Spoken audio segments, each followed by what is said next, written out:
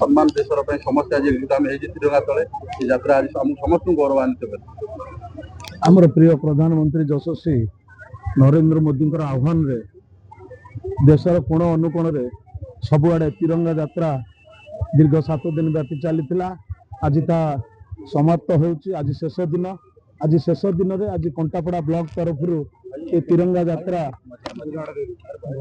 आयोजन करा जायतिला।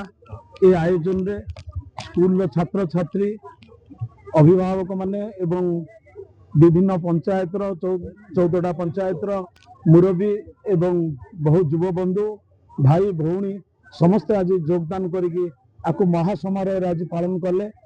बागलपुर छक ठारू आरंभ हो कंटापड़ा ब्लॉक प्रांगण रे आमर थिबा महात्मा गांधी प्रतिमूर्ति रे आमे समस्ते धूपदान करिचु एवं फुलमाल देचु देला परे आज ये समापन होगा जाउची।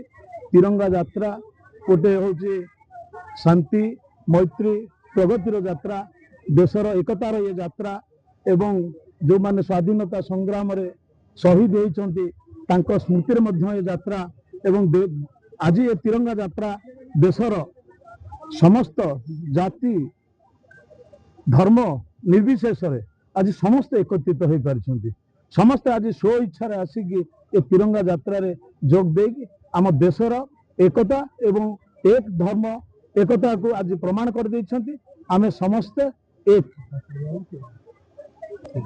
बोलो भारत माता के बोलो भारत माता के।